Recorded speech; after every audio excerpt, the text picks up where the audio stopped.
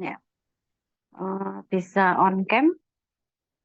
Yang belum on cam, silakan on cam.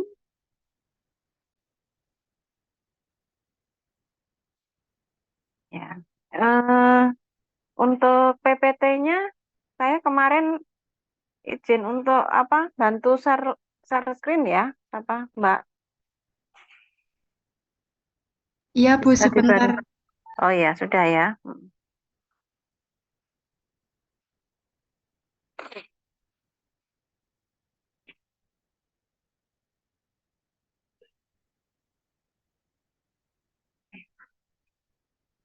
Mbak, ini nggak bisa digedein lagi ya, Mbak? Kemarin nggak kelihatan.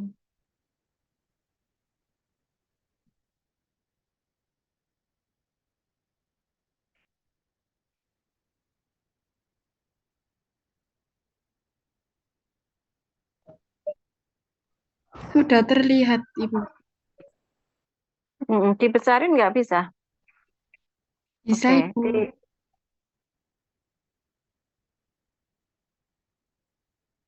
enable editingnya itu diklik.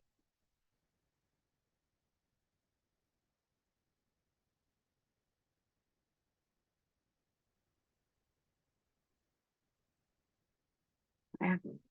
Oke ya, untuk materi hari ini tentang malaria ya. Oke, next Mbak.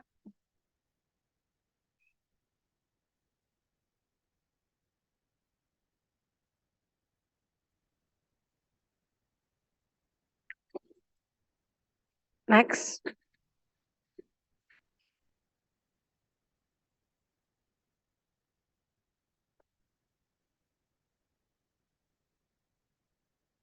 Nggak bisa di next. Pakai slideshow.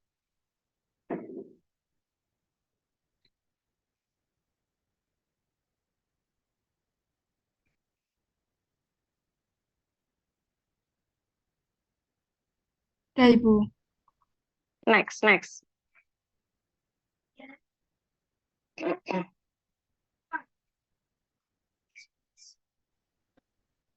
Ini yang slide berikutnya.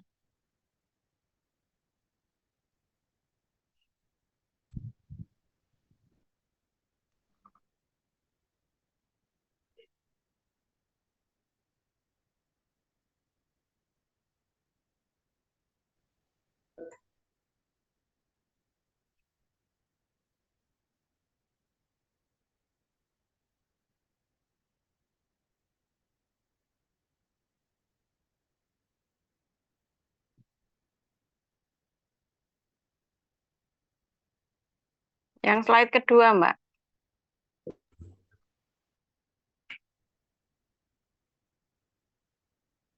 Apakah ini, Bu? Hmm?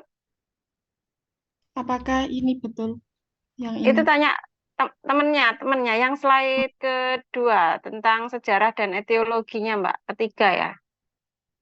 Yang sejarah dan etiologi. Iya, ini, Bu, sudah. Oh, sudah. Di Bu Maria masalahnya malaria. Oke ya. Eh, jadi untuk malaria ini merupakan penyakit yang ditularkan parasit ya tentunya ya melalui vektor nyamuk ya melalui vektor nyamuk. Nah, yang mana penyebab dari malaria ini adalah Plasmodium. Jadi untuk penyakit malaria ini sebenarnya sudah jarang terjadi ya di mana nih di Jawa Timur atau di Jawa Tengah gitu ya.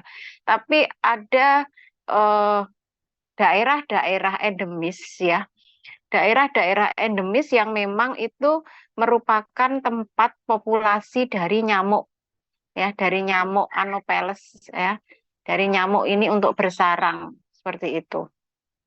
Nah, di dalam apa namanya perkembangbiakan dari nyamuk ya. Jadi tentunya banyak hal yang mempengaruhi atau faktor-faktor yang mempengaruhi ya terjadinya banyaknya nyamuk ini gitu ya atau terjadinya populasi nyamuk ini gitu.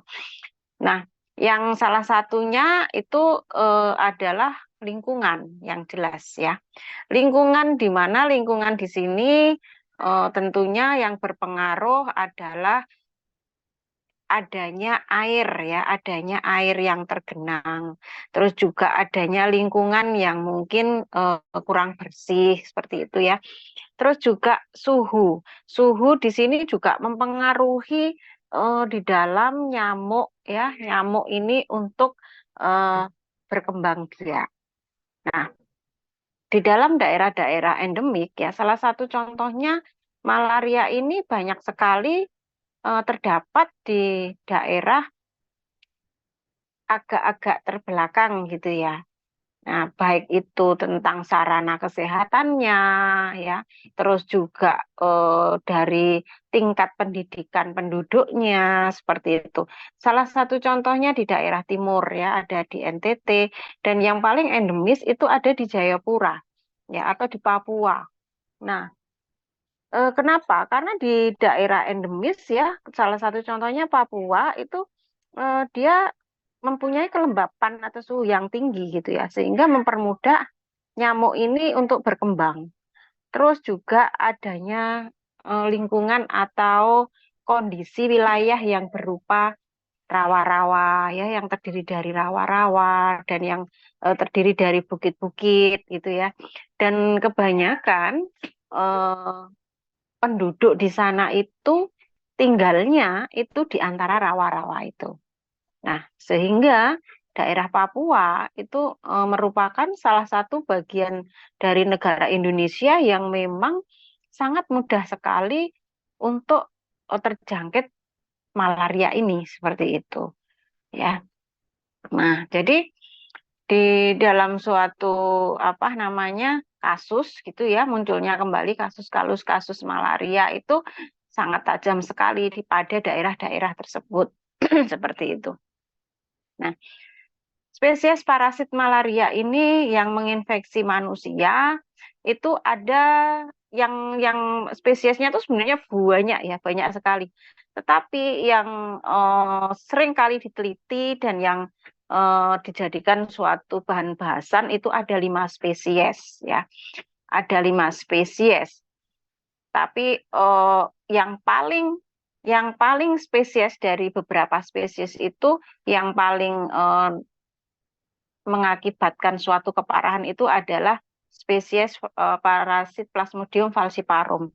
Ya, jadi ada Plasmodium falciparum, ada Plasmodium vivax, ada Plasmodium malariae, ada Plasmodium oval, ya, dan ada satu lagi ya, satu lagi Gnose ya. Cuma ini jarang-jarang. Jadi ada 4 itu yang sering dibahas atau dijadikan suatu penelitian ya. Nah, dan yang sering ditemukan pada penduduk itu ada 4 spesies Plasmodium tersebut.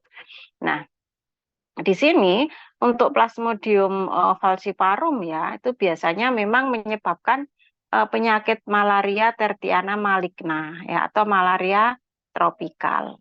Nah, yang biasanya di sini malaria tropika ini dia dapat sampai menyebabkan suatu kematian kayak gitu jika pada penduduk yang terkena malaria dari Plasmodium falciparum ini tidak segera diobati seperti itu ya.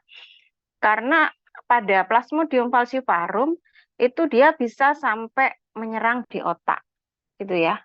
Karena kan eh, parasit malaria ini dia kan dapat menginfeksi hepatosit di hepatosit ya atau di hepar ya atau di hati. Nah, dia juga dapat menginfeksi sekaligus sel darah merah gitu. Dia masuk melalui aliran darah.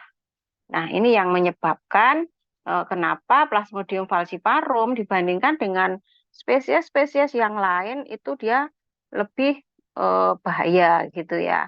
Jadi pada saat nyamuk itu menggigit gitu ya, menggigit manusia yang mana dia penularannya ya, dia menggigit manusia melalui pembuluh darah digigit. Nah, secara otomatis nyamuk ini tadi ya dia sekaligus terinfeksi dari Plasmodium tersebut seperti itu. Karena pada orang yang digigit tadi atau yang dihisap tadi itu dia sudah mengandung dari Plasmodium ini.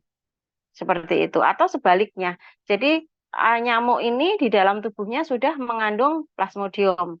Akhirnya di pagi hari gitu ya dia hinggap pada tubuh seseorang dan untuk melakukan ini menggigit gitu ya atau menghisap darah. Nah, pada saat menghisap ini ada plasmodium ya, merosoid ya yang keluar dari tubuhnya untuk masuk di dalam pembuluh darah.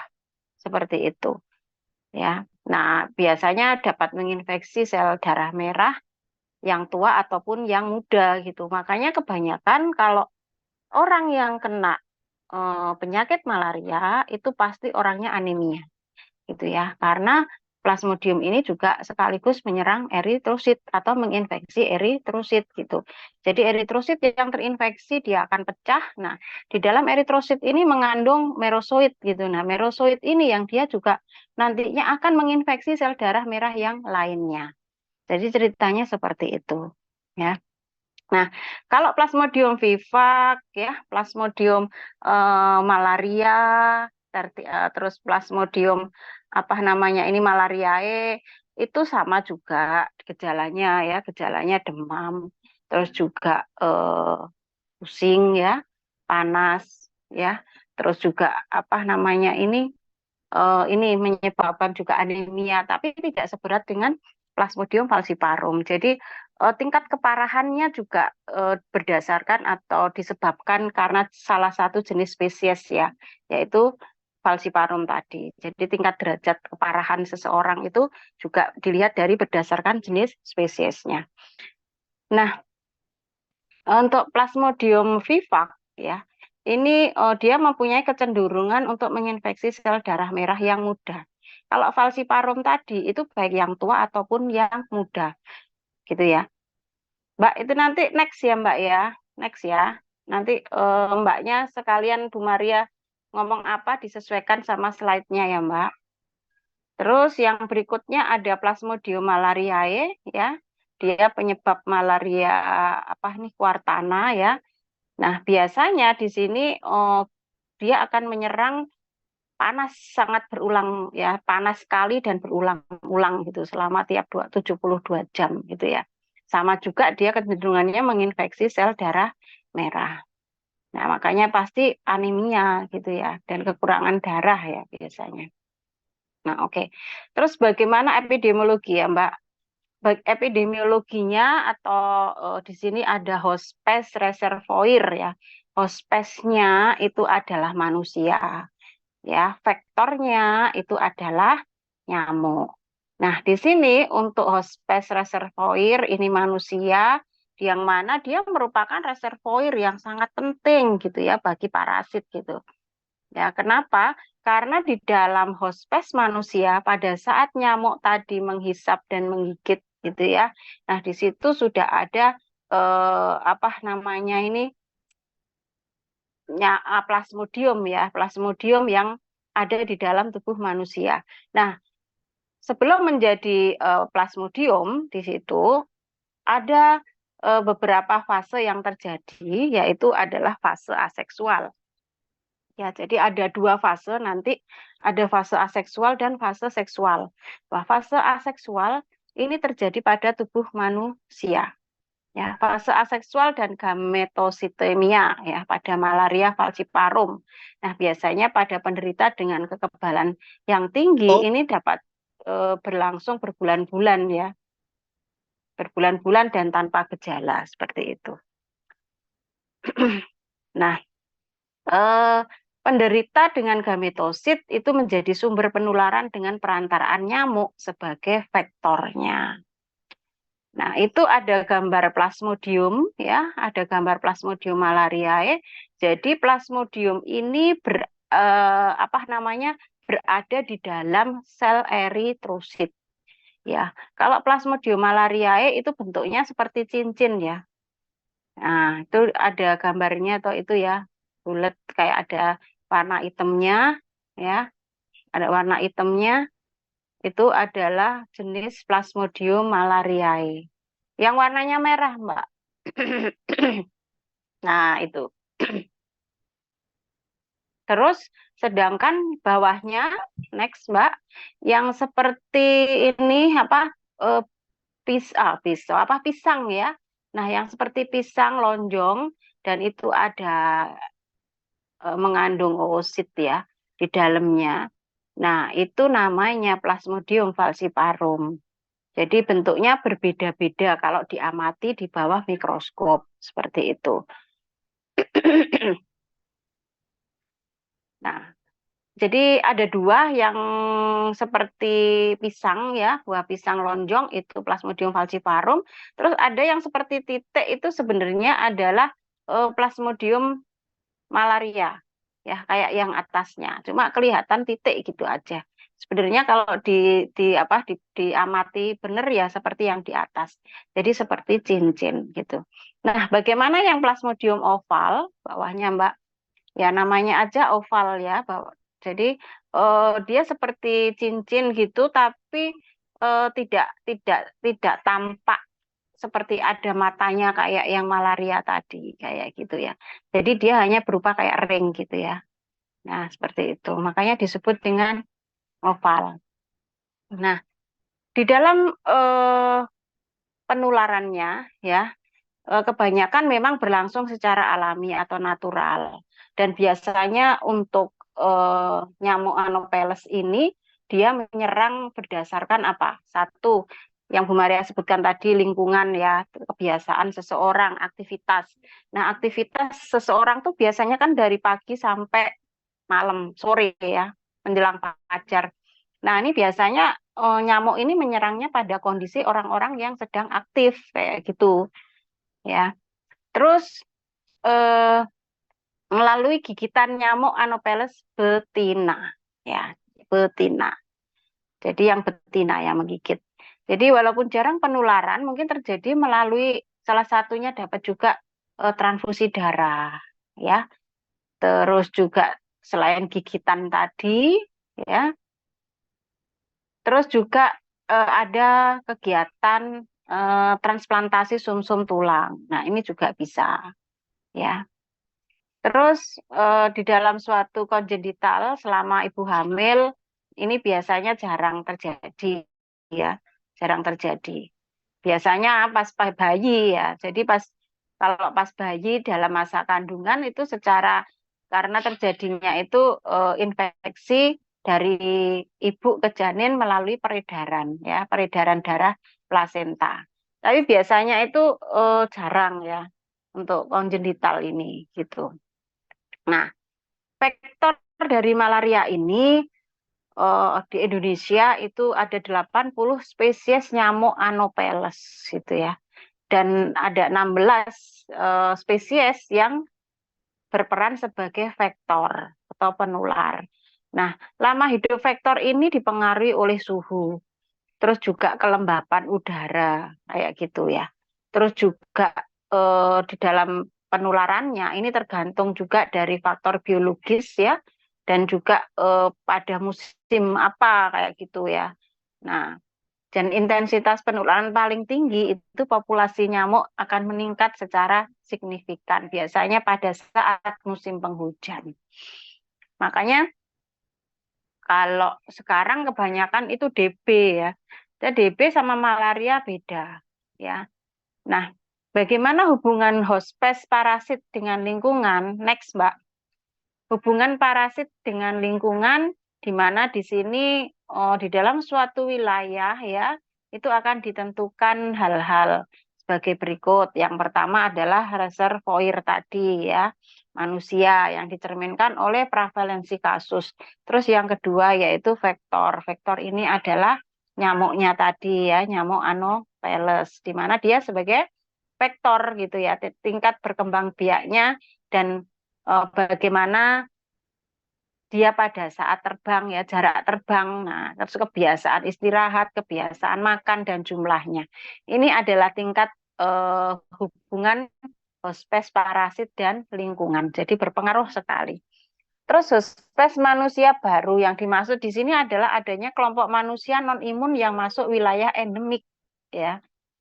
Nah, jadi kalau ada orang yang mungkin dia bertugas, ya, orang Jawa bertugas ke Papua misalkan, nah itu dia lagi berpergian ke endemik. Nah, ini bisa menjadi suatu hubungan gitu ya, hubungan yang terjadi dan adanya pembawa gitu ya melalui gigitan tadi sehingga dia akan bisa menularkan ke yang lainnya melalui nyamuk tentunya seperti itu. Terus kondisi geografis ya dan hidrografis. Di sini di mana adanya aktivitas dan tingkah laku manusia itu juga akan mempengaruhi ya tingkat terpaparnya atau terinfeksinya oleh nyamuk Anopheles ini gitu. Nah, grafik di bawahnya, next Mbak. Nah, grafik di bawahnya di situ kalian bisa lihat ya, itu ada umur ya, 0, 1, 2, 3, 4, 7 sampai 8 gitu ya. Nah, itu yang paling banyak ya, paling banyak itu pada tahun-tahunnya itu hanya tahun sampai 2008 ya. Biasanya memang menyerang pada anak-anak gitu ya. Ada biasanya pada anak-anak. Nah, di situ bisa dilihat grafiknya yang tanda biru, tanda merah, dan tanda hitam. Ya, di situ semakin meningkat gitu ya, semakin meningkat. Yang mana yang merah itu adalah bivak, yang hitam itu jumlahnya ya, yang jumlahnya, yang hitam itu jumlahnya, yang biru itu falciparum ya. Nah, di sini pada kondisi-kondisi pada tahun tersebut itu Plasmodium vivax ya yang selalu menanjak terus ya kasusnya seperti itu. Nah, eh, di dalam suatu penilaian situasi dari malaria ya dari angka morbiditas dan mortalitas, next Mbak, di mana di situ sulit diukur ya. Jadi di dalam suatu indeks malariometrik ya itu ada yang namanya angka limpa gitu atau spleen rate ya karena nyamuk ini ya setelah masuk menggigit gitu ya menggigit manusia setelah berhasil menularkan atau membawa plasmodium ke dalam aliran darah manusia di mana di situ selanjutnya yang diserang adalah hepatosit ya sel-sel hepatosit atau hepar juga akhirnya bisa sampai ke limpa atau ke spleen. Nah, biasanya pada orang yang kena limpanya ya, yang tidak segera diobati itu juga dapat menyebabkan pembengkakan seperti itu ya. Dan eh, pada kondisi presentasi penduduk yang dalam ya biasanya itu terjadi darahnya mengandung parasit atau yang disebut dengan angka parasit ya atau parasit rate itu adalah persentase penduduk yang dalam darahnya mengandung parasit malaria. Nah, itu ada penilaian situasi malaria yang disebut dengan angka parasit. Di dalam suatu angka limpa itu juga dapat atau ditetapkan yang namanya endemisitas malaria. Ada istilah hipoendemik ya, ada istilah mesoendemik, ada hiperendemik dan holoendemik. Nah, di sini kondisi yang paling tinggi ya dan terjadi suatu infeksi itu disebut dengan holoendemik ya. Jika lebih dari 75% angka limpa pada orang dewasa rendah, akan tetapi toleransi terhadap infeksinya meningkat atau tinggi. Seperti itu. Nah, di dalam suatu next Mbak, pemakaian indikator ya, itu yang digunakan adalah mengetahui atau untuk mengukur tingkat imunitas penduduk di suatu wilayah. Terus meramal kemungkinan terjadinya KLB ya. Terus memperkirakan besar dampak yang mungkin terjadi. Itu penilaian indikator. Jadi ada sebutan malaria endemik, malaria stabil dan malaria tidak stabil atau malaria epidemik. Untuk endemik itu terkait dengan wilayah ya. yang ditularkan secara alami gitu ya, dengan insiden yang bisa diukur. Sedangkan untuk malaria stabil itu adalah malaria yang mempunyai prevalensi yang tetap ya. Nah, sekarang siklus hidup ya di situ sudah ada gambar ya. Jadi siklus hidup itu terdiri dari dua ya, secara aseksual tadi ya dan seksual. Aseksual itu terjadi di dalam tubuh manusia, sedangkan yang seksual itu berlangsung di dalam tubuh nyamuk. Jadi pada saat tropozoit itu merupakan bentuk atau stadium ya, atau fase atau tingkat plasmodium yang terdiri dari tropozoit muda atau yang disebut dengan ring form ya. Juga disebut juga dengan growing tropozoit, juga disebut dengan tropozoit dewasa atau tua. Ya. Terus dari tropozoit siklus hidup selanjutnya akan berubah menjadi yang namanya zizon. Ya. Nah, zizon ini pada fase plasmodium dia mengalami proses yang namanya pembelahan secara aseksual yang disebut dengan zizon muda, zizon matang, dan kemudian sel darah merah yang diinfeksi lalu pecah. Dari zizon ya, dari zizon itu berlangsung ke proses atau ke fase yang namanya zizogoni. Jadi zizogoni ini adalah proses terjadinya zizon ya dengan pembelahan aseksual gitu. Dengan hasil akhir adalah merozoit. Nah, terus setelah terjadi merozoit ya, zizogoni ini dia akan berubah menjadi yang namanya sporogoni. Jadi sporogoni ini proses reproduksi secara seksual sudahan. Nah, yang terjadi di dalam tubuh nyamuk dan hasil akhirnya adalah sporozoit. Nah, sporozoit ini yang dibuat nyamuk Anopheles untuk menginfeksi eritrosit gitu ya. Jadi sporozoit itu adalah hasil dari reproduksi seksual di dalam tubuh nyamuk. Terus kemudian setelah sporogoni akan berubah menjadi yang namanya gametosit. Ya, gametosit itu adalah fase parasit malaria yang mengandung gamet. Nah, gamet ini adalah nama sel kelamin ya.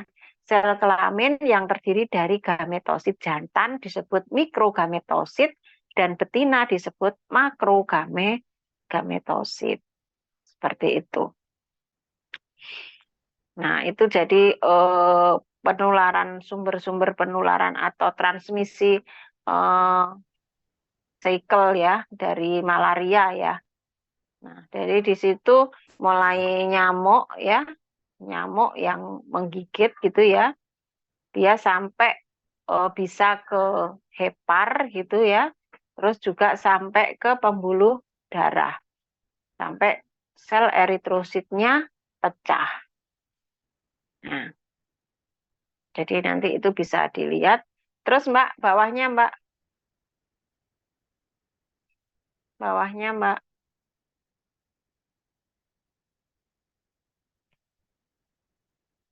Nah, di situ ada gametosit ya makro dan mikro. Nah, itu adalah bentuk dari plasmodium. Ya, bentuk dari plasmodium. Jadi kalau untuk mengetahui parasit di dalam tubuh manusia itu untuk pemeriksaan malaria menggunakan apa? Ada menggunakan pemeriksaan darah ya. Bisa dengan kultur darah secara mikroskopis ya. Terus juga bisa menggunakan tes PCR ya dengan sampel DNA ataupun RNA. Nah, nanti bisa terlihat di situ untuk yang mikroskopis tentunya diamati di bawah mikroskop seperti yang ada di gambar ya. Kalau falciparum itu berbentuk seperti pisang, kalau malaria ya itu berbentuk seperti cincin ya. Kalau oval berbentuk ring. Nah, itu kalau dilakukan pemeriksaan di bawah mikroskop. Nah, untuk gejala klinis ya, untuk gejala klinis sama ya. Jadi ada beberapa serangan juga ya pada kondisi tertentu ya, gejala, terus panas, gejala apa? Gejalanya demam, panas ya. Terus juga bisa kadang sampai nafsu makan berkurang dan muntah ya. Karena terjadi sakit di ulu hati gitu ya. Karena kan tadi ada penyerangan di sel-sel hepatosit ya, seperti itu. Next, Mbak, berkeringat ya, nyeri punggung dan lain sebagainya. Next. Next, Mbak. Ke diagnosis, Mbak. Diagnosis bawah. Nah, jadi dari diagnosis tadi ada sediaan darah atau pemeriksaan mikroskopis ya. Jadi ada sediaan darah, itu sediaan darah tipis dan sediaan darah tebal.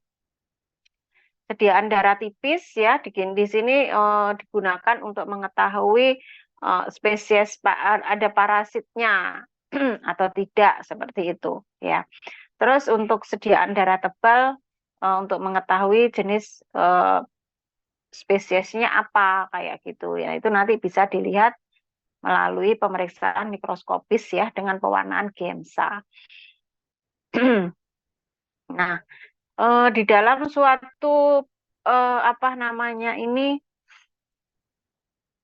infeksi ya yang tadi Bu Maria katakan kenapa nyamuk itu ya sporozoitnya tadi itu terjadi atau mengadakan infeksi pada eritrosit ya sporozoitnya. Jadi sporozoit pada tubuh nyamuk hasil dari perkembangbiakan seksual tadi sporozoid dilepaskan gitu ya masuk ke hati gitu ya dan menginfeksi sel-sel hati ya atau hepatosit gitu ya dan berkembang biak menjadi sison hati yang mengandung merozoit. Nah, merozoit ini yang akan menginfeksi sel darah merah gitu ya dan akan berkembang menjadi tropozoit. Nah, jadi di sini sel darah merah yang terinfeksi itu akan pecah ya. Akan pecah, kemudian melepaskan yang namanya merozoit, lalu merozoit ini akan menginfeksi sel darah merah yang lainnya. Seperti itu. Jadi ada yang namanya fase eritrositik ya. Jadi pada saat fase eritrositik ini adalah fase di mana terjadi infeksi dan pecahnya sel darah merah yang terus berulang ya, yang menyebabkan gejala malaria seperti kondisi pasien atau seseorang yang demam ya, menggigil, anemia, pembesaran limpa, itu berarti sudah terjadi fase eritrositik di dalam tubuh seseorang, seperti itu. Ya, karena sel darah merahnya sudah pecah. Nah, eh, untuk malaria ya di sini untuk pengobatan, next Mbak, bawahnya Mbak. Jadi untuk pengobatan itu sekarang memang ada obat anti malaria ya, tapi juga sekarang ini ada kondisi atau situasi yang disebut dengan yang namanya resistensi obat. Jadi resistensi obat itu apa? Resistensi obat itu obat tersebut jika diberikan pada pasien itu kebal. Nah, jadi virusnya atau parasitnya itu tidak mempan gitu ya. Jadi itu yang disebut dengan namanya resistensi obat. Nah, sehingga ya pada kondisi Plasmodium falciparum ya itu kebanyakan ya itu dia sudah mengembangkan tingkat resistensi yang tinggi gitu ya terhadap berbagai obat anti malaria ya untuk Plasmodium falciparum ya. Nah, itu merupakan padahal itu merupakan obat ini ya, obat untuk pengobatan malaria. Ada anti malaria termasuk kloroquine ya, kloroquine terus artemisinin. Nah, itu adalah obat anti malaria gitu. Tapi ada beberapa kondisi yang situasi yang menyebabkan memang sudah terjadi resistensi obat, khususnya pada Plasmodium falciparum itu. Nah, inilah yang menyebabkan juga kenapa derajat suatu keparahan seseorang ya yang mengalami malaria itu bisa sampai terjadi kematian gitu ya atau koma gitu karena sudah ada yang namanya komplikasi ya komplikasi cerebral malaria. Jadi Plasmodium falciparum itu memiliki suatu kecenderungan gitu ya untuk menyebabkan komplikasi ya cerebral malaria di mana parasit itu menginfeksi pembuluh darah yang ada di otak gitu. Nah, akibatnya apa? Akibatnya otak akan mengalami pembengkakan gitu. Juga mengalami suatu gangguan kesadaran. Nah, kalau ini sudah terjadi, biasanya akan berujung pada koma atau kematian. Seperti itu. Biasanya memang falciparum ini yang agak susah ya diobati gitu ya. Membutuhkan suatu kedisiplinan ataupun ketekunan di dalam mengkonsumsi obat gitu ya. Apalagi kalau ditemukan pada kondisi tertentu itu terjadi yang namanya resistensi obat kayak gitu. Jadi kalau tidak diobati dengan benar, hal-hal di atas itu dapat terjadi pada semua orang. Kayak gitu. Oke, next, Mbak.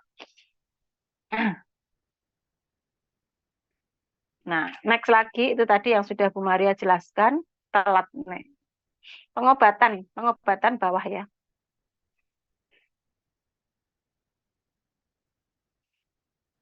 Ada pengobatan?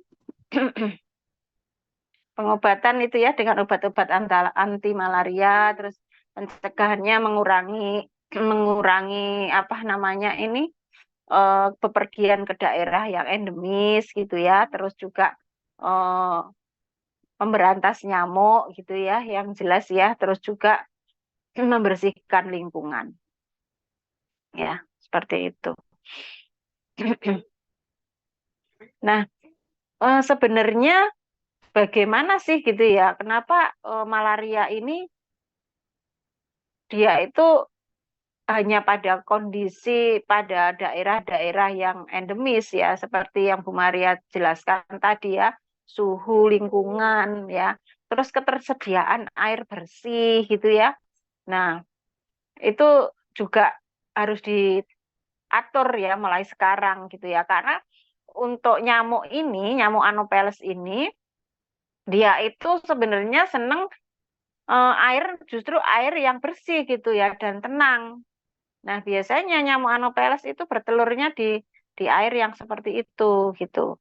Nah, solusinya bagaimana? Harus ditutup kayak gitu. Bukan berarti kalau lu pula air bersih aja bisa berkembang, berarti air kotor nggak bisa berkembang gitu.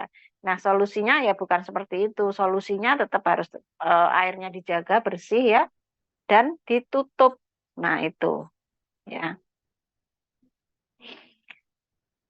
Jadi usaha yang biasanya dilakukan itu salah satunya memutus ya, memutus atau mengganggu salah satu siklus hidup dari nyamuk tersebut ya. Jadi seperti menghilangkan tempat berkembang biak. Jadi kalau ada kaleng-kaleng yang ada airnya menggenang itu harus dibuang gitu ya.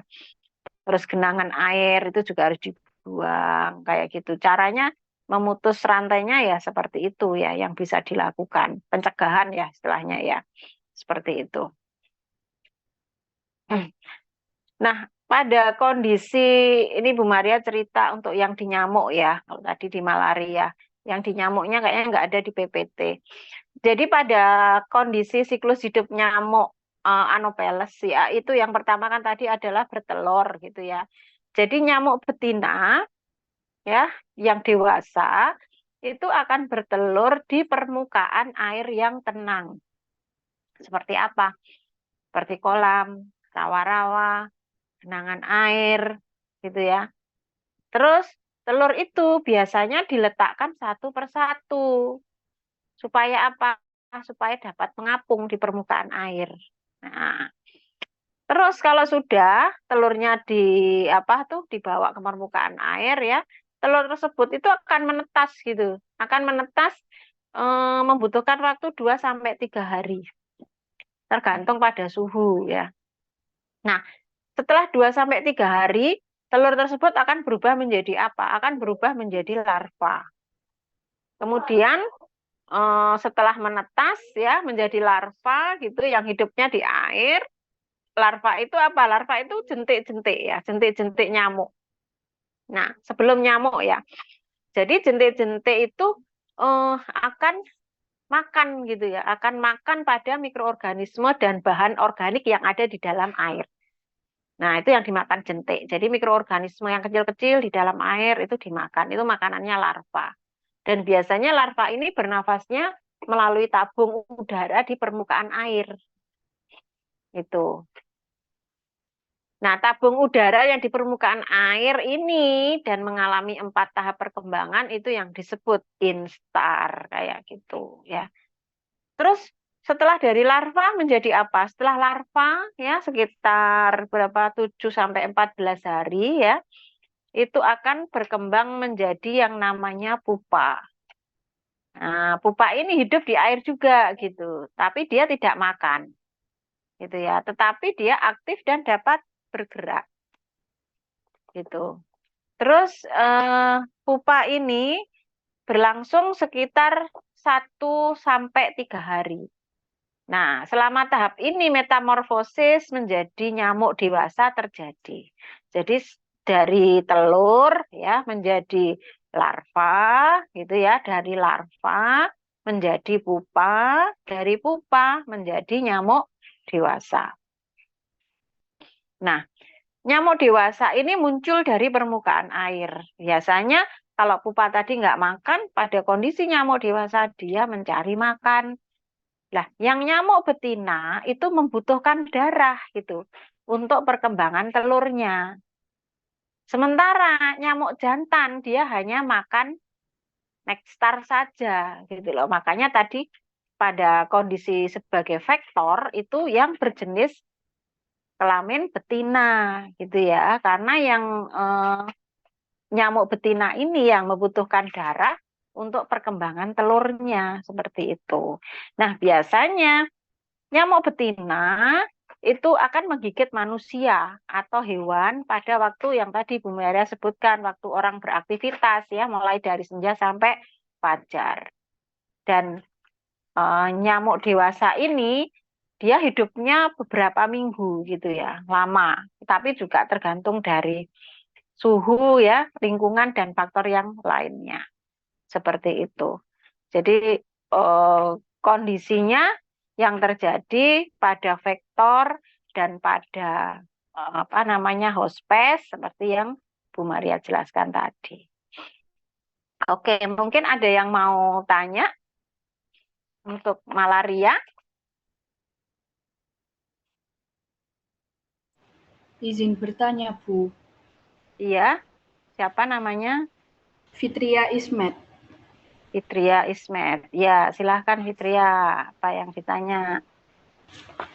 Itu kan di dari Plasmodium. Mm-mm, Kebetulan kan ada mata kuliah praktikum untuk MPV, Bu. mm-mm, Terus kita ada materi tentang uji plasmodium. Lalu mm-mm, itu ada ada kayak kita disuruh menentukan stadiumnya gitu, Bu. Itu bagaimana kita mm-mm. bisa menentukan stadiumnya, Bu? Terima Menen- kasih. ya, Menentukan mm-mm. stadium dari Plasmodium ovale. Ya, kalau kalau kalau apa namanya stadium itu tidak hanya plasmodium oval ya. Jadi semuanya itu sebenarnya hampir sama ya. Cara di dalam suatu perkembangbiakan itu pasti ada yang namanya stadium ya. Lah kemarin kok nggak tanya kenapa? Saya tanya dulu. Soalnya berbeda-beda Mm-mm, hari gitu, Bu. Jadi hari untuk pengamatan di mikroskopis sama waktu ACC-nya mm-mm. itu beda. Jadi kalau apa namanya pemeriksaan kemarin berarti sudah pernah pemeriksaan mikroskopis? Iya, Bu, Sudah. sudah. Mm-mm. Kalau saya tanya dulu, yang dimaksud dengan stadium itu apa? Itu kayak seperti tingkatannya gitu, Bu. Tingkatan apa? Kayak itu masih gametosit atau Gametosit atau tropozoit. Lah itu tadi atau sizon, iya kan? Nah, itu tadi yang Bu Maria jelaskan tadi. Terus untuk menentukan stadium itu dilihat dari mana? Dari tadi loh, cara berkembang biaknya dulu. Ya, cara berkembang biaknya dulu. Tadi kan mulai dari apa dulu tadi? Itu di PPT-nya Bu Maria coba dilihat itu. Apa namanya perkembangbiakan Mbak, kamu buka Mbak PPT-nya tadi Mbak, PPT-nya yang perkembangbiakan parasit Mbak, di PPT Mbak,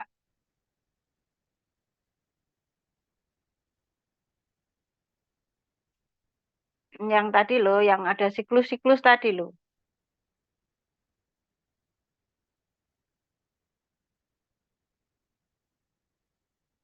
Mbak, ketemu enggak?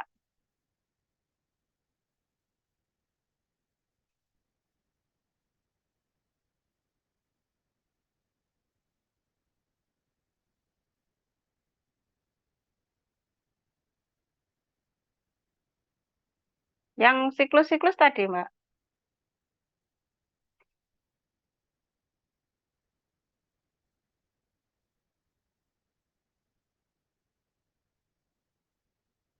Nah, itu mulai dari stadium awal Mbak. Bu Maria nggak pakai laptop masalahnya.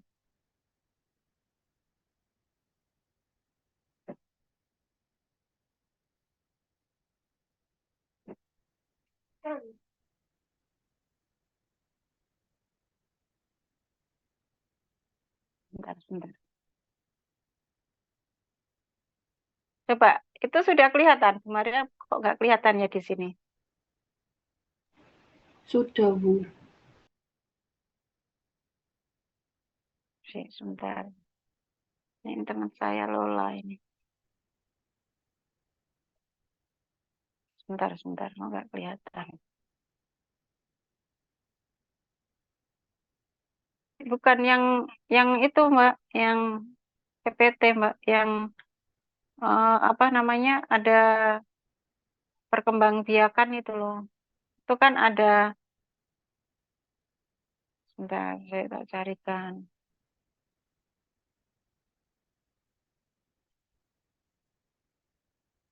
Nah, itu kan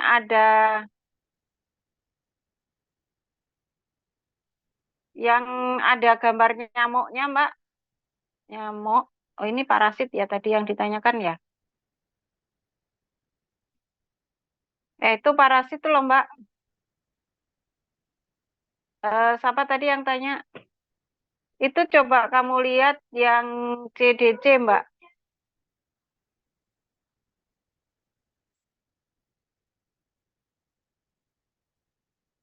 Yang cek CDC, Mbak. Ya sudah, Ibu. Nah, itu kan awalnya itu kan ada angka-angkanya ya. Yang tanya tadi siapa tuh? Saya, Bu. Itu coba kamu lihat tuh, ada angka-angkanya. Itu kan nomor satu, ya kan? Nyamuk, nyamuk melalui gigitannya, ya. Terus dia menyerang kemana tuh? Nomor duanya mana? Bu Maria nggak kelihatan, nggak bawa laptopnya. Dia sebagai atau berupa infected liver cell, Mbak ya. Nah, di situ ya setelah diserang selnya ya, terus dia berubah atau setelah masuk dia ini stadium Zizon. Nah, tadi loh Mbak yang Bu Maria sebutin tadi Mbak, Zizon. Terus dari Zizon dia berubah menjadi nomor 7 gametosit. Tuh Mbak, dari Zizon terus ke gametosit, ya gametosit. Terus dari gametosit itu baik Plasmodium vivax atau oval ya atau malaria, dia akan berubah menjadi mikrogametosit. Nah, ini terjadi secara seksual gitu. Terus setelah itu di dalam tubuh nyamuk tadi dia akan menghasilkan yang namanya sel kelamin kan. Nah, ada mikrogametosit, terus dia berubah lagi menjadi makrogametosit, mikrogametosit dan makrogametosit. Dari stadium mikrogametosit dan makrogametosit, dia akan berubah menjadi ookinet. Nomor 10 tuh. Dari stadium ookinet, dia akan berubah menjadi ookinet.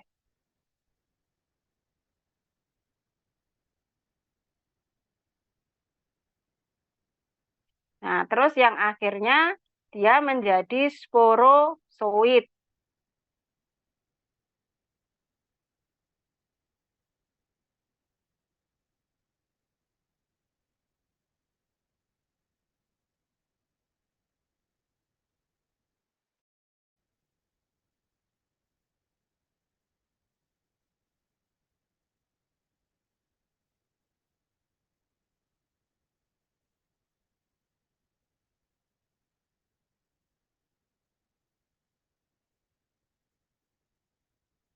Suara saya bisa didengar enggak? Bisa, Ibu. Ya. Jadi ada stadium plasmodium itu ada tropozoit, ya, ada zizon, ada gametosit.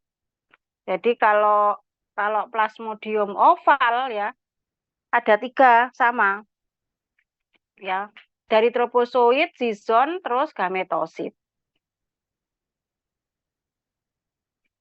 kayak gitu. Kalau cara cara menentukan stadiumnya ya dilihat dia di mana gitu, Mbak. Itu kan di PPT saya itu kan ada siklus-siklusnya itu. Nah, jadi bagaimana identifikasi suatu stadium ya, plasmodium oval gitu ya, itu kan memang dilihat berdasarkan dari hapusan darah tipis ya. Dilihat dari hapusan darah tipis, dilihat dia bentuknya apa gitu. Bentuknya apa, di mana tuh di hapusannya gitu ya. Tapi kalau untuk menjadi suatu plasmodium, kalau tadi yang ditanyakan oval ya, jadi memang dia melewati 3 stadium dalam hidupnya gitu ya. Terdiri dari stadium tropozoit ya, terus zizon ya, terus gametosit. Seperti itu. Jadi memang ini menggunakan apa namanya itu hapusan, Mbak. Dilihat, dicet gitu ya. Terus dilihat nanti kira-kira seperti apa plasmodium berdasarkan stadiumnya gitu. Ya, jadi ada yang menggunakan ini apa namanya itu pemeriksaan cropping ya namanya, pemeriksaan cropping manual gitu. Jadi ada 3 jenis ya kalau kalau tadi ditanyakan itu. Jadi harus dipraktekkan memang kalau dilihat di bawah mikroskop kayak gitu, pengelompokannya gitu ya. Terus gambarnya seperti apa kayak gitu. Nanti baru bisa dilihat mana yang plasmodium, mana yang apa namanya gametosit kayak gitu.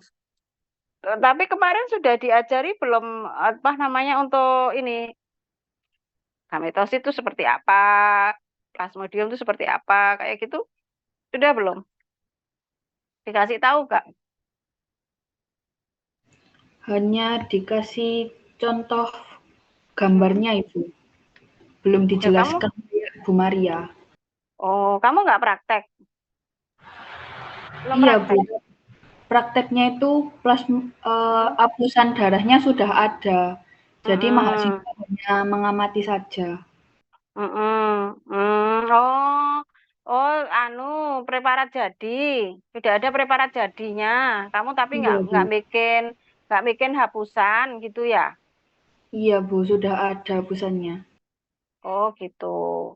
Iya, jadi untuk stadiumnya itu ada 3 ya, tropozoit, sison, sama gametosit. Itu di PPT-nya Bu Maria itu kan sudah ada itu. Kapan terjadi stadium tropozoit, kapan terjadinya sison, kapan terjadinya gametosit, dan yang terakhir menjadi plasmodium. Ya,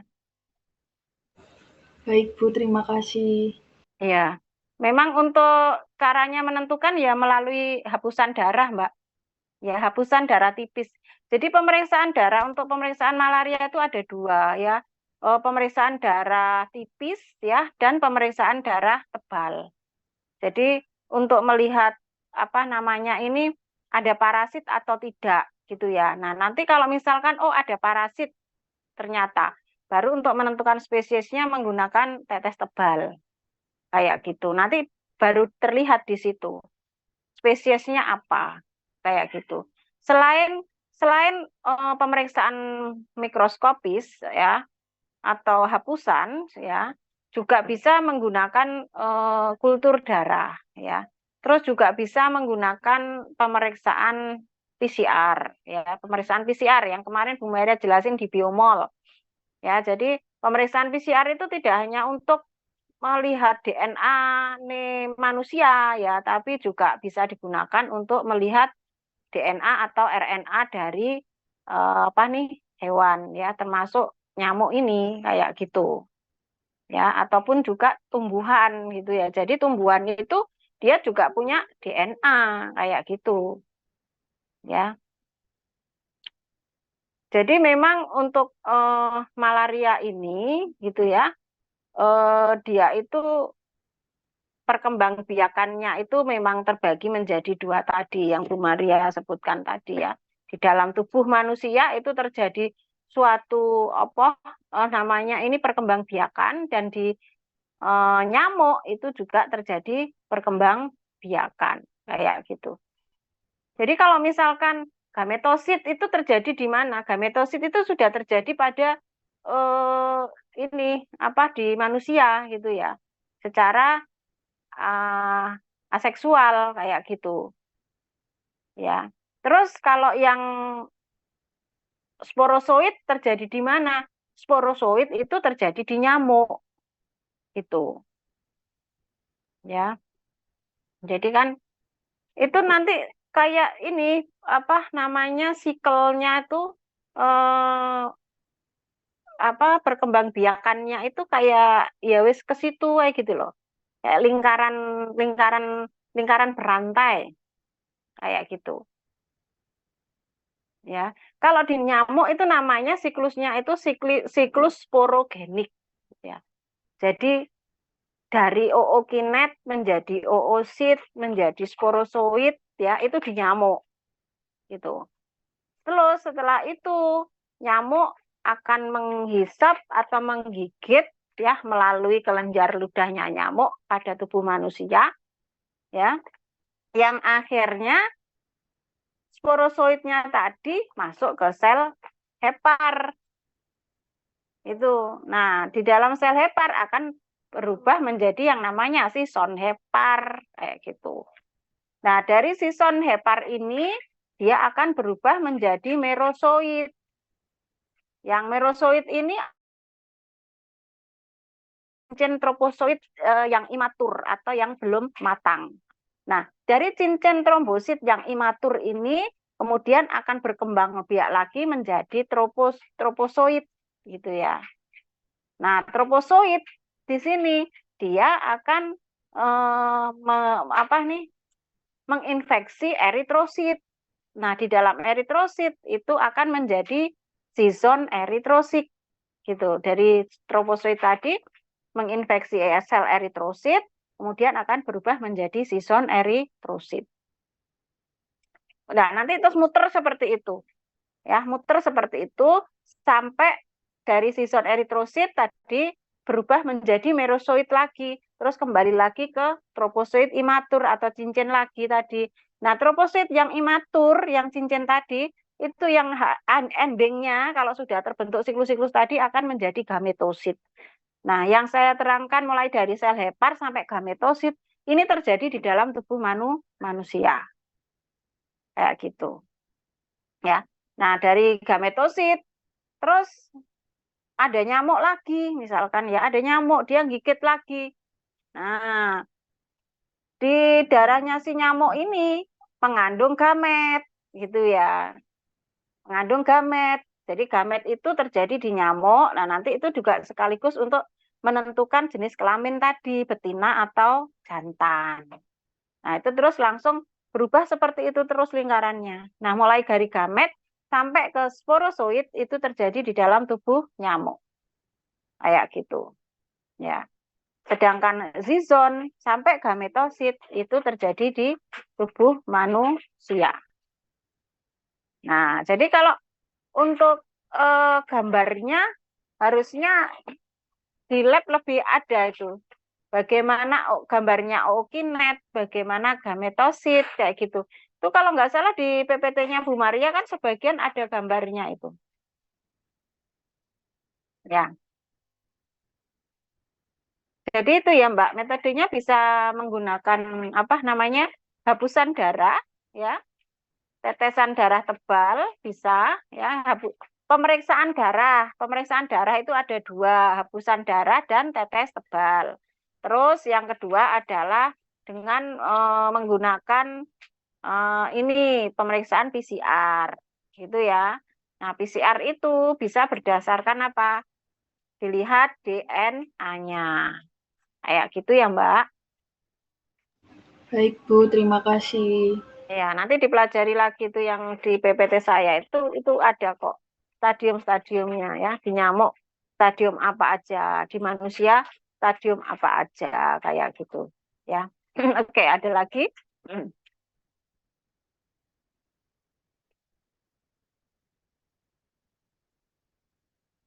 Jadi kalau salah satu contohnya stadium tropozoid tadi ada yang berbentuk seperti cincin ya dengan sitoplasma. Itu tropozoid karena belum menjadi nyamuk dewasa ya. Jadi kalau diamati di bawah mikroskop ya, bentuknya masih cincin dengan sitoplasma. Jadi beda ya.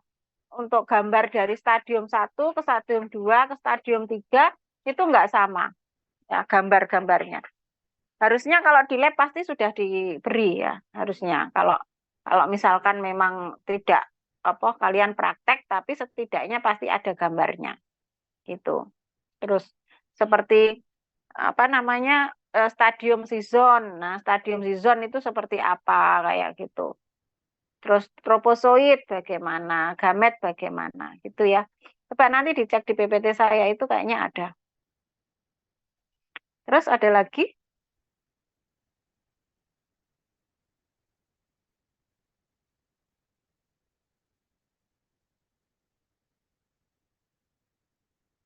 Jadi kan kalau stadium itu ada tahap awal, tahap proses, sampai tahap akhir, kayak gitu loh.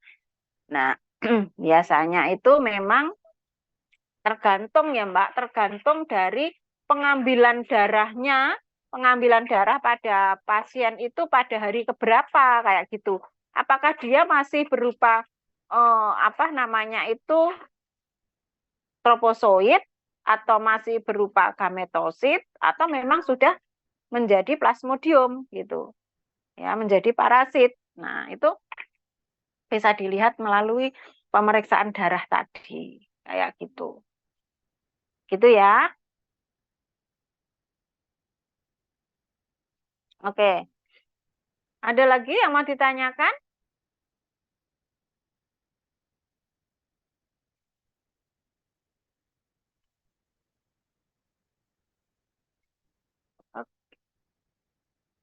Oke. Maxi buka. Ada lagi yang mau ditanyakan?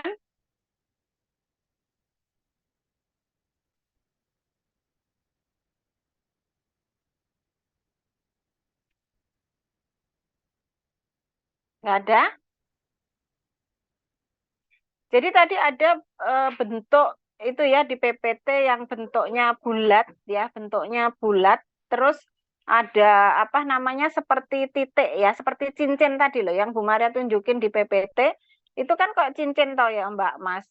Nah, titiknya itu namanya apa? Titiknya itu namanya titik Schaffner ya, titik Schaffner. Kadang kalau diwarnai ya di apa nih di hapusan itu titik Schaffnernya ini nggak kelihatan gitu. Jadi hanya kelihatan kayak cincin ringnya aja gitu loh. Jadi kalau cincin itu kan ada matanya. Nah, titik Schaffner itu matanya itu gitu loh. Kadang kalau di darah ya, di hapusan itu hanya terlihat mungkin titik Schaffnernya, mungkin ringnya saja kayak gitu. Tapi ada kondisi tertentu itu lengkap gitu ya. Ring sama apa titik Schaffnernya itu lengkap kayak gitu. Jadi titik ya, titik yang di PPT-nya tadi itu namanya titik Schaffner ya, yang nggak cincin tuh loh ya. Oke, seperti itu ya.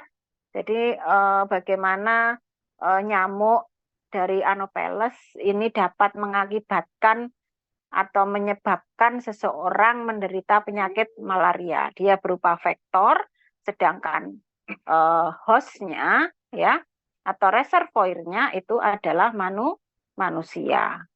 Dan nyamuk yang menggigit atau yang menjadi vektor ini adalah yang jenis kelamin betina. Karena dia membutuhkan darah untuk melindungi telurnya. Ya, untuk membantu perkembangan biakan selanjutnya. Kalau jantan dia tidak membutuhkan darah, dia hanya makan apa namanya nih mikroorganisme yang ada di lingkungan itu saja. Ya, itu alasannya kenapa kok betina gitu ya. Oke. Bisa diterima penjelasan saya? Bisa, Ya, Bu. mudah-mudahan bisa ya. Oke, kalau nggak ada yang ditanyakan, saya akhiri dulu pertemuan sore hari ini. Nanti minggu depan bahannya sudah saya kirim ke temennya. Tadi tolong di-share ke PJMK semua ya Mbak ya, materinya ya, biar temennya dapat ya. Iya, sudah Ibu. Oh sudah ya, oke. Oke, karena juga mau maghrib ya, kalian harus persiapan dulu. Saya akhiri pertemuan sore hari ini. Selamat sore semuanya. Assalamualaikum warahmatullahi wabarakatuh.